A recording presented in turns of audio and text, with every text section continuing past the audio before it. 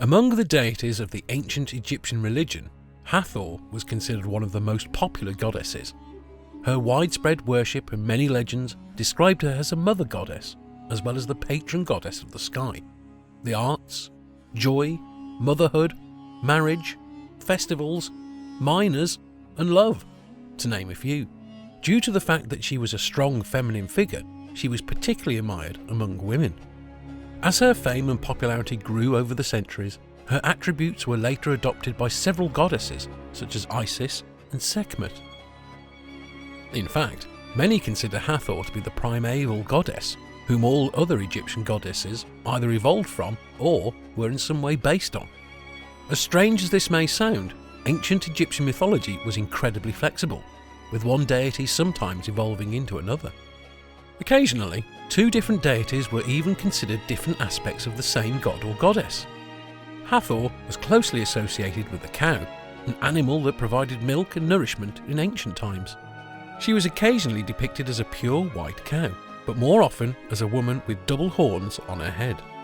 Between the horns, she carried a sun disk that was decked out with a uraeus, or upright cobra, that symbolised sovereignty and divinity in ancient Egypt. The sun disk probably goes back to her associations with the sun god Horus and Ra, the god of the sun. Due to the fact that she was around long before any surviving records, it's hard to pinpoint the exact point in history when Hathor first appeared. Some scholars believe her to have been popular as early as 3200 to 3000 BC, due to a cow-headed goddess who appears on the Narmer palette, one of the most significant Egyptian archaeological sites. This theory seems to be supported by a passage from the Pyramid texts, the oldest religious writings in the world. Some, however, argue that the figure in question was actually Bat, another cow goddess whose legend Hathor may have evolved from. Regardless, Hathor is an incredibly ancient deity who had quite a complicated relationship with many of the male deities of ancient Egypt. Take Ra, the sun god, for example.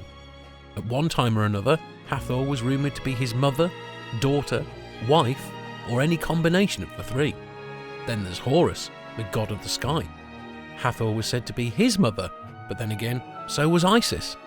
This is among the many reasons that some people believe that Isis sort of evolved out of Hathor over time, as the two are often hard to differentiate.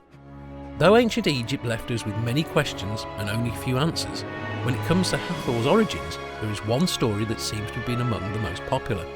This story implies that while Hathor ended up being the personification of love in her later days, it was only after a fair shadier past. In a story described in an ancient text called the Book of the Heavenly Cow, a tale unfolds in which the mighty sun god Ra becomes incredibly upset with humanity. Much like the biblical god in the story of Noah and the Ark, Ra decided that humans had all turned into wicked, ungrateful creatures. He decided to unleash his wrath on the earth via a war goddess known as Sekhmet, who would serve as the Eye of Ra. Some say that Hathor was turned into Sekhmet. Others say that she was first born as Sekhmet and transformed into Hathor later on. Regardless of the situation, at that point she was an evil deity. Sekhmet basically went around destroying everything in her path, fueled by a bloodlust unlike anything humanity had previously seen. At first, Ra sat back watching the whole thing with smug satisfaction, but at a certain point, the other gods pointed out that maybe the lesson was going a little too far. So Ra decided to calm Sekhmet down with a batch of strong beer that had been dyed red. Mistaking the beer for blood, Sekhmet drank so much that she passed out for several days. When she awoke, it was in the form of Hathor. From that point on, Hathor became the loving, gentle goddess that all of ancient Egypt grew to know and love. However, there's more to the story. Apparently, the hangover she awoke with didn't deter her from seeking out more good times, because she went on to become known as the Queen of Harp Playing and Mistress of Inebriety without end. Additionally, Hathor was said to have loved dancing, singing, music, and all forms of revelry. Hope you enjoyed the video, guys. If you do, like and subscribe.